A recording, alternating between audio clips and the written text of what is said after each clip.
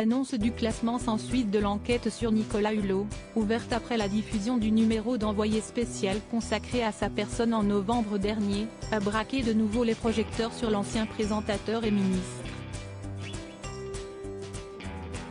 Âgé de 67 ans, celui qui était accusé de viol sur mineur a connu une descente aux enfers au point de se retirer de la vie publique en 2021. Pour retrouver la figure de la lutte pour la sauvegarde de l'environnement, il faut aller à Saint-Lunaire en Ille-et-Vilaine où il vit avec sa famille. Une existence menée désormais dans la plus grande discrétion. Le Parisien a tenté d'aller à sa rencontre.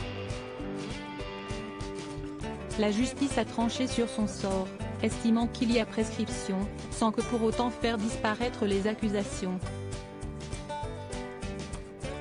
Une source proche de l'enquête résume ainsi les choses: on sent bien qu'il y a eu quelque chose, mais si est-ce impossible à prouver.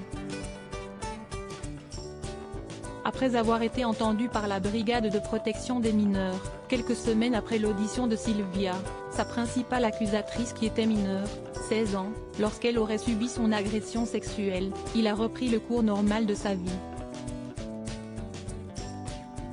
Pas tout à fait normal puisqu'il vit désormais presque incognito en Bretagne, aux dernières nouvelles avec sa femme Florence Lasserre et leur fils. Nicolas Hulot a mis un coup d'arrêt total à sa carrière.